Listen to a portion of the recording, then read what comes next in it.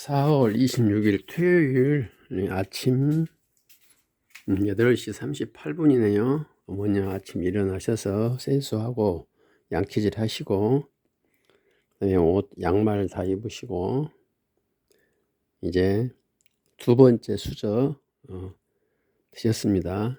오늘 어머니 메뉴는 딸기, 그다음에 사과즙, 그다음에 토마토 1개를 삶았어요. 거기다가 달걀 2개를 풀었습니다. 그리고 밥 1수저, 거기다가 된장국 약간 넣어서 들기름하고 참기름 이렇게 섞었어요. 그랬더니 식감이 좀 좋으신 것 같아서 벌써 2수저, 1수저 드셨구나.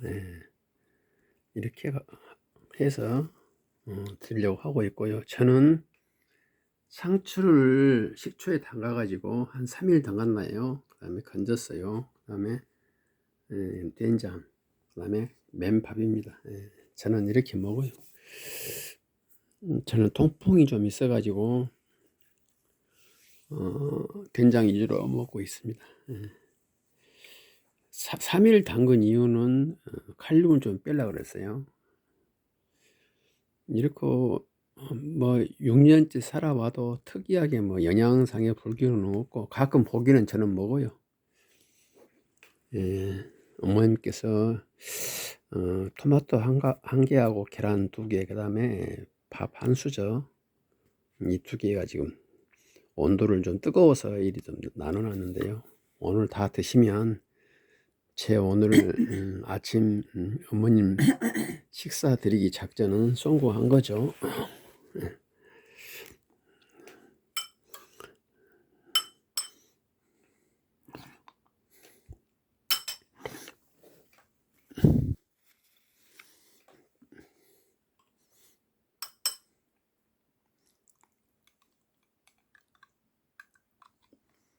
딸기가 요즘 이제 옛날 같으면 지금 이제 한참 딸기철인데, 요즘은 딸기가 그러니까 끝나는 시즌이라서 좀 싸서 샀는데, 상온에 한 이틀 보관하니까 전부 다 흐물흐물해져 가지고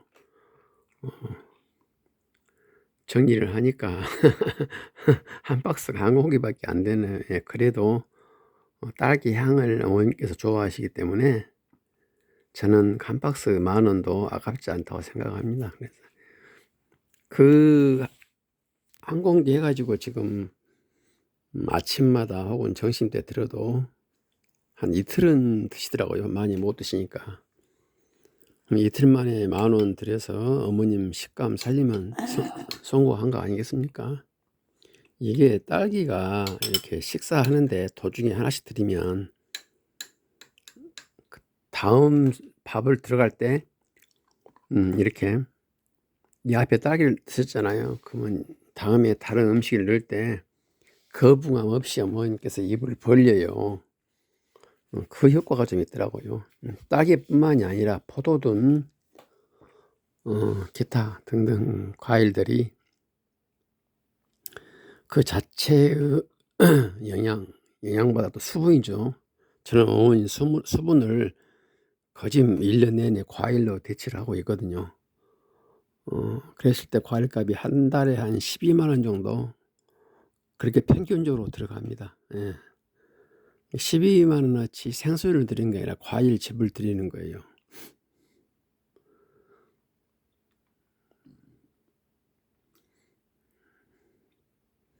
이렇게 해서 뭐 오늘도 뭐 이것은 다 드시고 나면 3분의 2 정도는 드실 것 같아요. 아침에는 항상 토마토, 주먹만한 토마토, 이게 제 주먹 크니까 한 반 개 정도 되겠죠. 그것을 삶아서 토마토 즙에다가 계란 2개를 풉니다. 하나가 너무 요즘 계란이 적게 나와요. 그래서 2개 풀었어요. 토마토를 그때그때 전 삶은 게 아니라 한꺼번에 삶아요. 삶아가지고 껍질을 벗겨가지고 냉장 보관합니다. 그러면 한 10일은 충분히 한 한 7, 8도 그 수준에서 10일은 보관이 가능하더라고요.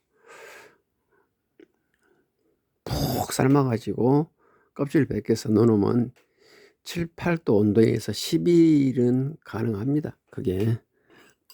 그러면 이제 혹시 10일 이상 가는 경우는 어쩌냐, 그런 사례가 있었는데요. 근데 제 기분상 그랬는가, 정말 그랬는가 어쨌는가 모르겠는데 약간 좀 상하지 않았냐, 그런 생각이 조금 들어요. 그래서 저는 한번 삶을 때 11분 드실 것을 삶습니다. 그러면 한 10개, 9개에서 12개 이 사이가 되겠죠. 그러면 이것은 아침만 드시기 때문에 하루에 한 개 잡고 한 10개 정도 푹 삶아서, 그렇다면 푹 삶은 표현도 저 같은 경우에는 한 끓는 것만 생각하다 보면 한 7분 정도 끓인 것 같아요. 물은 조금 넣습니다. 토마토 자체에서 물이 나오기 때문에 마르지 않더라고요.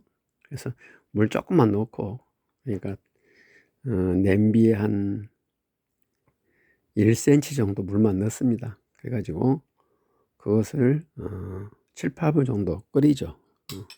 총 끓이는 시간은 한 2, 3분 되겠죠.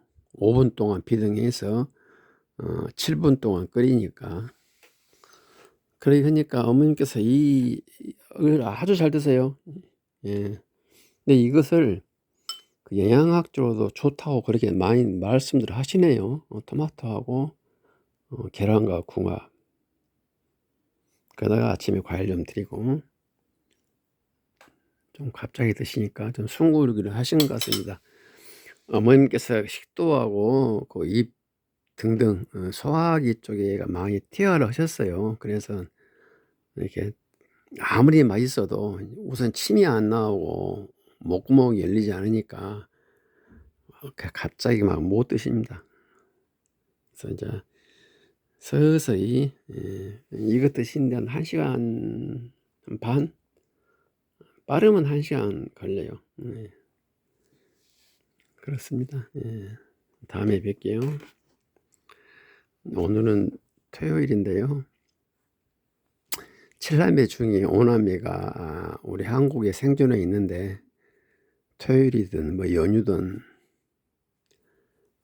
그저 이 집안은 이 20평 내의 이 아파트는 적막감만 흐립니다. 간혹 전화 한 통화씩 걸려오고 그래요. 가족요양 초창기에는 왜 이렇게 5명이나 살아있는데 내가 이렇게 혼자 이렇게 해야 되느냐, 그런 거에 대해서 생각도 많이 하고, 저도 인간인지라 조금 불쾌도 하고 그런 점이 있었어요.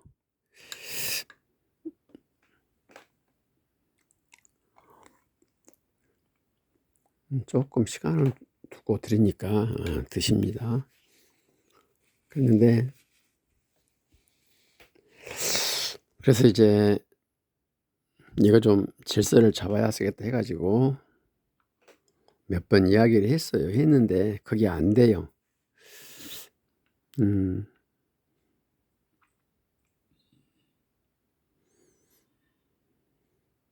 어머님께서 손발을 못 쓰시기 때문에 이제 어머님을 한 번씩 이렇게 요양하고 가면은 몸살을 안 한다 그래요.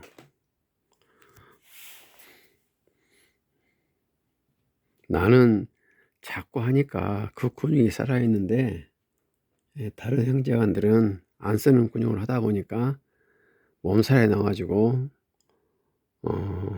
일주일 동안 끙끙 앓는다, 그런 논리죠. 그러니까 더 화가 나는 거 있죠. 그래서 그것 가지고 한 2번 정도 협상을 했어요. 근데 제가 이렇게 1년 365일 이렇게 어머니를 모셔도 그래서 걔들한테는 그렇게 힘든 것인가.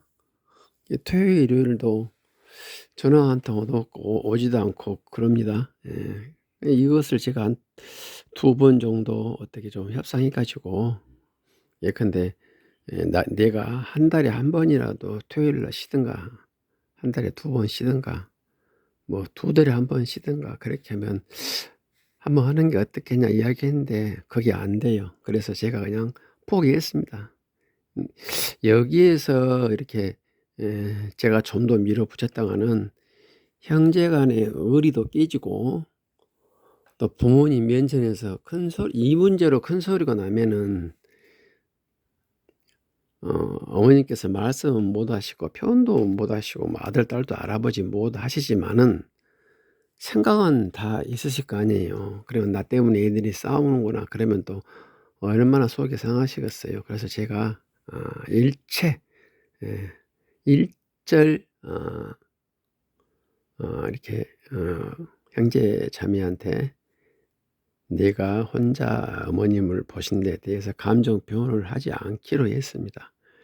아마 내가 이 40년 된 아파트를 상속을 받아서 그랬지 않냐 하는 그런 생각도 있기도 해요.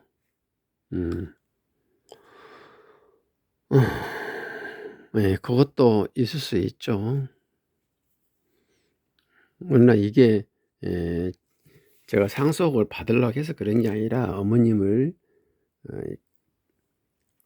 결혼 때부터 어머님 집 인근 거리에서 어머니를 내가 모심으로 인한 반사적 이익이지.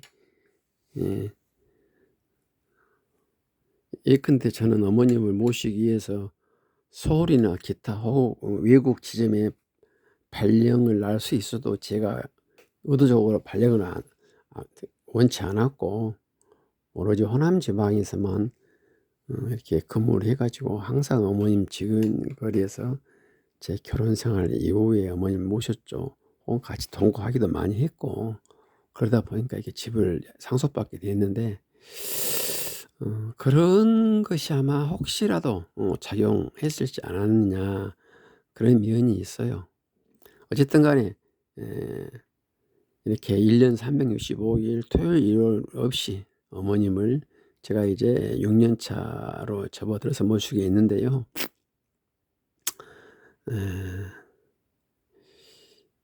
그래도 어머님 모시기 1년 2년 차는 한 번씩 이렇게 토요일 날 와서 내가 쉬도록 했는데 지금은 아예 없네요.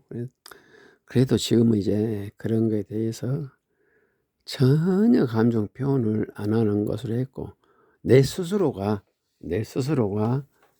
그런 부분을 마음에서 이제 사귀기로 했습니다. 사귀기보다 아예 그런 생각을 갖지 않도록 해요. 그 해결점이 없는 것 가지고 고민하고 다투면 피밖에 안 나오죠. 그래서 혹시라도 오는 당장이라도 물론 애들이 뭐 토요일이라 뭐 해서 뭐 대체 공휴일 뭐 끼가지고 3, 4일 공휴일 끼더라도 오지는 않지만 혹시라도 오더라도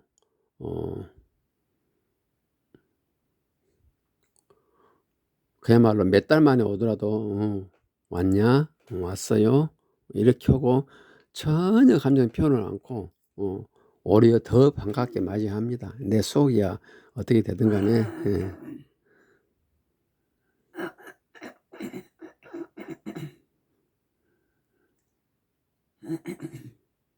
그렇기 때문에 오히려 제가 더 속이 편안한 거 있죠.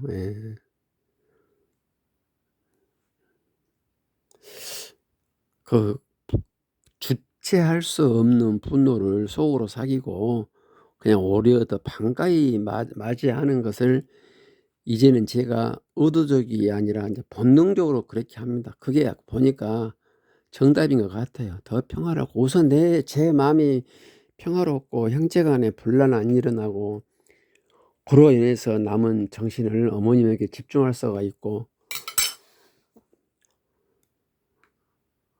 또 분란이 일어나고 또 시끌시끌하면은 뭐 예측 가능할 수 없는 또 여러 가지 변수가 또 생기고, 그렇다면 결국을 어머님을 이꼴저꼴 보기 싫으니까 요양원이나 요양병원을 모시자 이 말 나온다고요. 이제 얼마를 몇 백이 깨지더라도 보통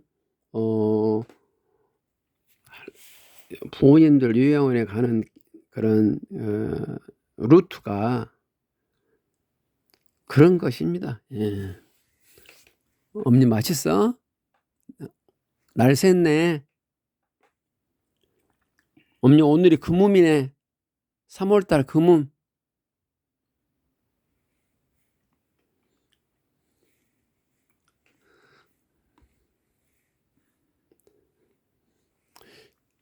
근데 사실 따지고 보면은 어머님 이렇게 몸이 망가진 것도 사실상 형제간 중에 제일 제 책임일 겁니다. 왜 그러니 제가 어머님 옆에서 지근거리를 모시거나 혹은 동거하고 살면서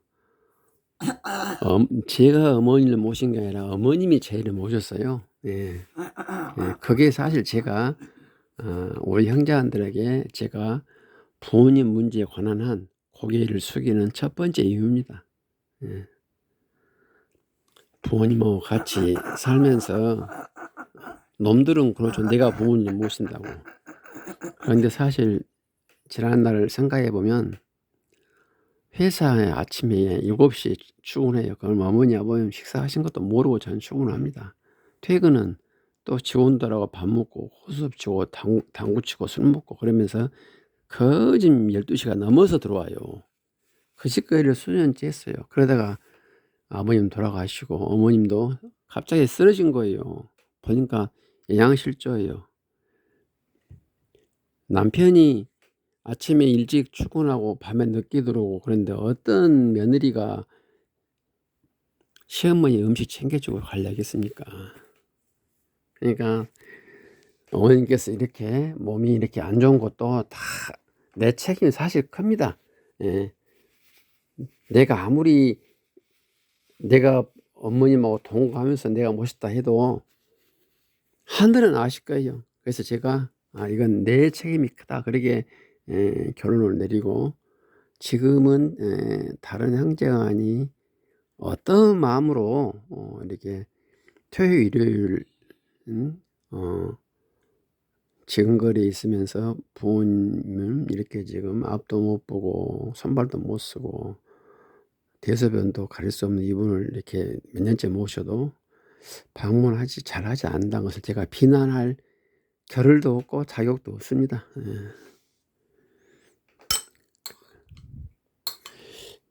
이제 딸기는 이제 5개 정도, 5조각 냈는데 이제 좀 4조각. 언니 딸기.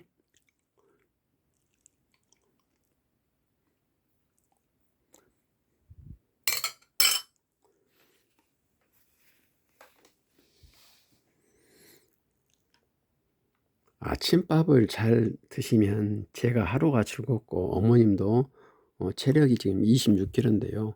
체력이 좀 회복도 되고 정신도 올바르신데 아침밥을 조금 잘 못 드시면 이제 저는 비상이죠. 예. 오늘은 출발이 괜찮은 것 같습니다. 이걸 서서히 이게 지금 가진다 이게 아주 물러요. 그래도 잘 못 드세요. 천천히 들으시면 아마 1시간 정도 되면 다 드시지 않겠나 싶은데요.